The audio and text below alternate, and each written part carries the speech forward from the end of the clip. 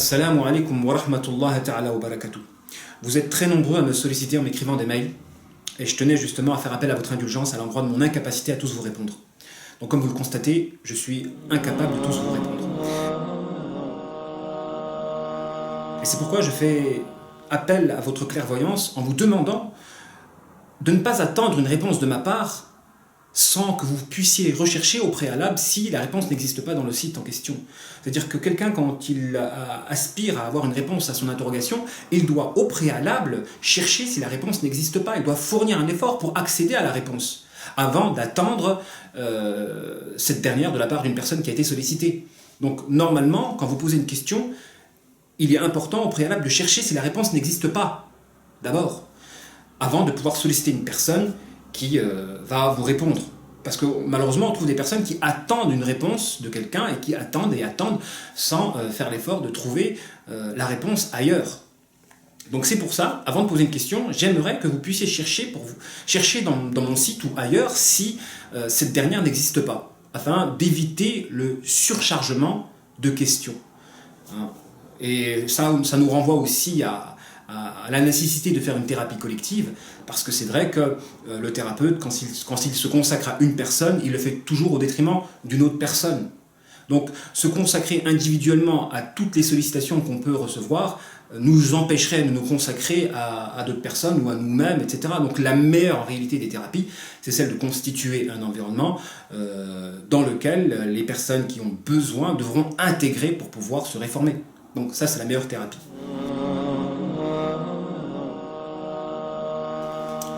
Cela étant, je vais profiter de cette vidéo-là. Visiblement, il faudrait que j'essaye d'animer ma chaîne vidéo, d'essayer de l'animer ma chaîne vidéo, parce que vous êtes nombreux à me solliciter. Et ce serait dommage, justement, de ne pas traiter certaines questions qui peuvent être essentielles pour certaines personnes. Et aujourd'hui, justement, on va traiter la question du West-West. Alors, je ne vais pas parler d'un West-West particulier, donc je vais m'attarder sur le West-West d'une manière générale. Avant de commencer, j'aimerais bien m'attarder sur la notion de la thérapie musulmane. Ça, c'est important de le préciser. La thérapie musulmane, c'est une science religieuse. En réalité, la thérapie musulmane, c'est la science par laquelle on essaie de guérir des maladies qui sont consécutives, shirk ou d'un kufr, d'une maladie du cœur, tout simplement. Parce que le côté psychologique est lié aussi à cette notion de croyance. Donc, je le répète, ça c'est important de le préciser, la thérapie musulmane est une science religieuse. On ne peut pas être un thérapeute musulman si on n'a pas des bases solides dans les sciences islamiques. Donc toutes ces personnes-là qui ont étudié en plus la psychologie occidentale et qui n'ont pas de base dans les sciences religieuses ne font pas de la thérapie musulmane. Je le précise à chaque vidéo, c'est important parce que les gens ont tendance à amalgamer, à penser qu'une personne qui a fait de la psychologie est nécessairement un thérapeute musulman. Non.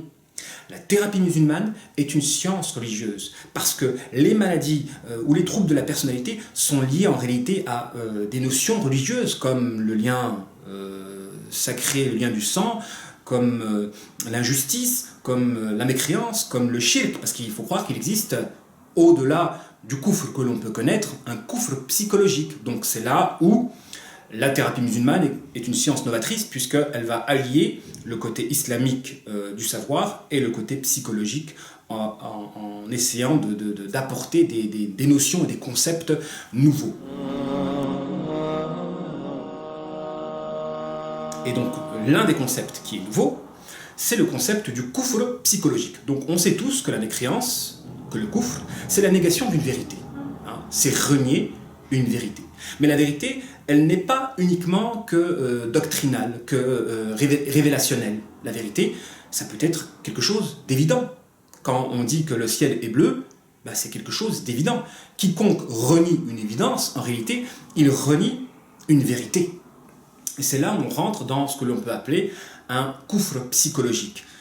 Quand vous avez des gens qui renient des évidences, en réalité, à cause d'un West-West et d'un West-West qui est très, très impactant et très puissant, on peut dire qu'ils font du kufr psychologique. Ou à l'inverse, quand vous avez des gens qui affirment une fausseté évidente, donc qui affirment, qui croient avec dur comme fer à une fausseté qui est évidente. Donc là, on peut dire qu'il y a un kufr psychologique. Donc c'est soit je renie une vérité évidente, ou soit j'affirme une fausseté évidente.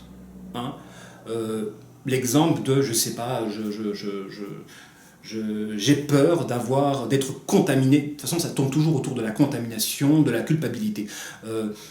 J'ai peur, si je marche, d'écraser le Coran, parce que j'ai une insufflation dans ma tête qui me dit que tu vas écraser le Coran si tu marches. Du coup, la personne lève son pied. Donc, n'importe quelle personne, hein, si on interroge sur le fait de est-ce qu'une personne qui marche risque de marcher sur le Coran, alors qu'il n'y a rien par terre. Alors, si vous interrogez toutes les personnes sur la terre, elles vont tous vous dire il n'y a pas de Coran, tu peux marcher. Mais la personne, dans sa tête, elle a un ouest-ouest qui lui dit ah, si tu marches, tu risques de marcher sur le Coran. Donc, elle va affirmer une fausseté évidente. Elle va affirmer une fausseté évidente parce que si on sollicite tout le monde, tout le monde va tomber d'accord sur le fait qu'il n'y a pas de Coran ici, donc tu peux marcher tranquillement et sereinement. De la même manière que une personne qui ramasse quelque chose par terre, en ramassant quelque chose par terre, elle va s'incliner. Et en s'inclinant, elle peut avoir un ouest-ouest qui lui dit tiens, tu es en train de t'incliner devant une créature, donc tu fais du shirk. Tu t'inclines devant une créature, donc tu fais du shirk. Donc Shaitan, il sollicite la culpabilité de l'être humain pour le pousser à arrêter d'agir ainsi. Et si la personne, par mégarde, elle s'incline, de la faire culpabiliser en lui disant que tu as commis du shirk. Donc ceci, ce sont des faussetés évidentes. Il y a plein d'exemples. Il y a plein d'exemples de faussetés évidentes. Bon, je ne vais pas tous les citer, mais en gros, ce que je voulais vous mettre en évidence ici, c'est que affirmer une vérité, affirmer une fausseté évidente ou renier une vérité évidente, cela peut s'assimiler à un koufr psychologique. Et le koufr est une faille par laquelle le démon assoit sa domination en l'être. Donc là, on rentre dans le côté religieux. Donc il y a du psychologique parce qu'il y a de l'obsession à l'endroit du mental, et il y a le religieux puisque le démon assoit sa domination grâce à une faille qui ici est religieuse. Le koufr, qui certes est un koufr un peu spécifique, puisque on ne parle pas du côté révélationnel, on parle des évidences conventionnelles. Hein. Quand il est évident que s'incliner pour ramasser quelque chose, ce n'est pas une inclinaison assimilable à une génuflexion lorsque l'on adore Allah subhanahu wa ta'ala, donc il est un devoir pour le croyant de ne pas considérer une inclinaison pour ramasser quelque chose comme une génuflexion à l'endroit de l'adoration. Mais là, on devrait s'attarder sur le pourquoi ce West-West est si impactant au point de pousser la personne à croire réellement que lorsqu'elle s'incline pour une raison ou pour une autre, en réalité, elle adore quelqu'un. Et vous voyez, en fait, ces gens-là, quand ils arrivent à se délivrer d'un West-West, le West-West passe d'une nature à une autre nature. Dans tous les cas, l'objectif du démon, c'est de déstabiliser la personne moyennant des obsessions. Et par-dessus, donc le koufr psychologique, il peut avoir ce que l'on appelle un shirk psychologique. Quand vous avez des gens qui culpabilisent justement de faire du shirk ou qui culpabilisent de faire du mal ou de contaminer des gens. Vous avez des gens, j'ai touché un produit toxique, je crains que à cause de ce contact-là, je puisse contaminer d'autres personnes et être la cause de la mort de d'autres personnes. Donc le démon nous connaît, il connaît nos faiblesses, il va jouer sur cela pour pouvoir susciter une émotion très puissante, une culpabilité qui est illégitime. Culpabiliser de tuer quelqu'un quand rien dans ton comportement ne pousse à croire que tu es responsable de la mort de quelqu'un, donc cette émotion-là est une émotion illégitime. Donc c'est une fausseté en réalité. Hein. Le fait de penser que j'ai touché un produit toxique et ensuite j'ai touché un poignet d'une porte, et donc toute personne qui va toucher le poignet de la porte va être contaminée par moi qui au préalable aura touché un produit toxique. Donc je serai éventuellement le responsable de la mort des personnes qui auront touché ce poignet de porte parce que moi je l'aurais touché juste avant. Donc vous avez ça, c'est une fausseté évidente. Si vous sollicitez 100 personnes, les 100 personnes vont vous dire c'est n'importe quoi. Mais il y a des gens, ils y croient. Ils pensent réellement que ceci peut causer de la mort. La question, là on devrait s'attarder, donc c'est comment le démon parvient à rendre son West-West autant impactant. Et c'est là où, parce qu'après ça s'amène à de la normalité comportementale. Quand vous avez des gens qui pensent qu'ils ont causé par un contact la mort de quelqu'un, ils vont faire marche arrière, il peut faire marcher une fois, 2 fois, 3 fois, 4 fois. Et donc le West-West, quand il est très impactant, il pousse la personne à avoir un comportement anormal, donc à se rapprocher de ce que l'on peut appeler la folie. La folie, c'est avoir un comportement anormal, avoir un comportement qui pousse la personne à cultiver une singularité. Elle est anormale, pourquoi? Parce qu'elle n'agit pas de manière conventionnelle par rapport aux normes environnementales. Donc quand le démon parvient, moyennant son West-West impactant, à pousser la personne à avoir un comportement anormal, déjà il crée une bulle. Hein. Il coupe la personne de la société, puisque les gens vont commencer à regarder la personne de manière différente. Et si, en plus de cela, c'est une personne qui a un profil réfléchissant, donc c'est une personne dont la personnalité dépend du regard qu'elle réceptionne, bah, si les gens l'observent comme étant une personne anormale, ça va accentuer la normalité de la personne. Parce que vous avez des gens, ils ont des profils relatifs, c'est-à-dire que leur personnalité dépend du regard qu'on leur porte. Donc à partir du moment où on leur porte un regard de « t'es pas normal », ben ça va accentuer la normalité. Et donc dans un cercle vicieux. En tout cas, ce qu'il faut saisir, c'est quand une maladie dure, c'est qu'elle est entretenue, et donc c'est qu'il y a un cercle vicieux. Là, j'aimerais bien m'attarder sur la notion de pulsion, parce qu'en réalité, un West-West, c'est quoi? Un West-West, c'est une pulsion idéologique. Parce qu'il y a une différence entre la pulsion, lorsqu'elle est uniquement idéologique, et qu'elle n'est pas concrétisée en acte. Vous pouvez avoir l'idée de faire un péché, mais pas avoir l'envie de faire le péché. Ça, c'est différent. Et ça, c'est important de préciser. Vous pouvez avoir l'idée de faire un péché, mais pas avoir l'envie de faire le péché. Qu'est-ce qui fait que de l'idée, nous passons à l'envie de faire le péché? Ben, c'est l'acte. En réalité, un West-West est une pulsion idéologique qui aspire à se concrétiser en acte, moyennant la pression. Hein, quand vous subissez une pression, hein, donc quand on exerce une force sur un volume limité, ça explose. Ça explose. Surtout si la pression est continue. Alors imaginez, vous soufflez sur un ballon. Vous soufflez sur un ballon, à un moment donné, boum, il va exploser. Donc si à l'intérieur, vous avez une pulsion qui est alimentée, nécessairement cette pulsion-là va se traduire en acte, sinon vous allez exploser. Donc généralement, ça crée une addiction. Donc quand la pulsion se traduit en acte, et généralement l'acte par excellence qui permet d'entretenir une pulsion idéologique, donc un West-West, c'est la masturbation. Vous remarquerez que toutes les personnes qui sont affectées par des West-West, ils sont addicts à la masturbation. Donc quand vous concrétisez une pulsion moyennant un acte par lequel vous aspirez à vous libérer, mais d'une libération en réalité qui vous enchaîne, cette pulsion-là s'entretient. Donc non seulement votre West-West peut être alimenté par l'image que l'on peut avoir de vous, parce que si vous avez un comportement anormal, ben, les gens vont vous regarder de manière différente, et donc ça va alimenter l'image négative que vous pouvez avoir de vous-même, donc ça va cultiver votre propre anormalité, ou lorsque cette pulsion idéologique, donc ce West-West, se concrétise par une addiction qui réalimente cette pulsion idéologique, donc ce West-West même. Et c'est pourquoi il y a des gens, ils sont eux-mêmes responsables de leur propre West-West. Un, par des comportements anormaux qui poussent les personnes les personnes autour donc à voir d'un regard différent la personne malade, qui a un comportement anormal, et ça va alimenter justement l'anormalité comportementale, ou par des actes malsains comme la masturbation qui va réalimenter le West-West.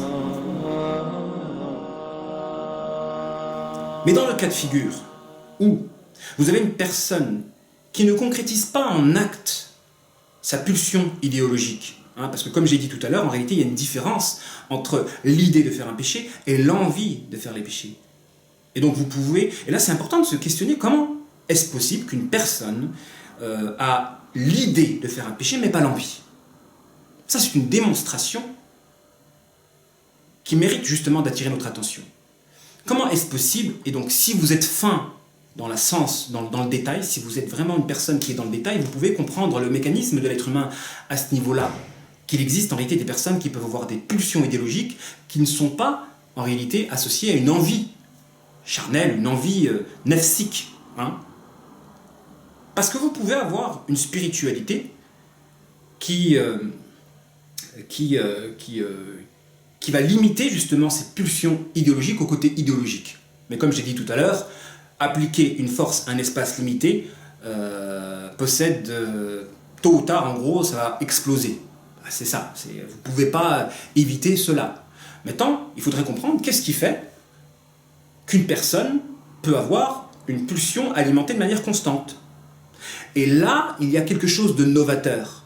C'est l'environnement, la relation toxique. Quand vous nouez une relation avec une personne et que vous avez une pulsion idéologique qui naît, eh bien, tant que vous n'avez pas coupé cette relation, cette pulsion idéologique est entretenue. Et donc, à force d'être entretenue, elle va vous pousser tôt ou tard à l'explosion, donc à la concrétisation de l'acte associé. Et c'est en cela où la négativité peut être entretenue par nous-mêmes. Et c'est en cela où on devrait expérimenter une nouvelle thérapie, la thérapie par l'éloignement géographique. Et wallahi, celle-ci, nous l'avons déjà expérimentée. Après avoir tout essayé vis-à-vis d'une personne qui a été tiraillée par des west-west, la poussant à de l'anormalité comportementale, après avoir tout essayé, il nous restait que la seule solution, l'éloignement géographique. Parce que si la personne ne fait pas de péché, si la personne ne fait pas de péché dans son comportement elle-même et que les pulsions sont toujours là, il y a un hic. Un thérapeute, c'est quelqu'un qui fait un travail d'investigation, doit comprendre comment ça se fait que la pulsion est entretenue alors que la personne en acte, elle-même, n'entretient pas cette pulsion-là, ne la concrétise pas, ne la fait pas passer de la simple pulsion à l'acte, moyennant une addiction malsaine. Donc quand vous avez une personne qui, malgré qu'elle ne concrétise pas cette pulsion en acte, et que la pulsion est quand même entretenue, alors il faut chercher la source de cette pulsion idéologique dans l'environnement. Dans l'environnement. Soit dans une relation toxique, soit dans l'environnement, c'est-à-dire la proximité vis-à-vis d'une source ténébreuse. Et il existe ce que j'appelle des sorciers cachés, des gens qui sollicitent des sorciers. Et on ne s'en rend même pas compte parfois.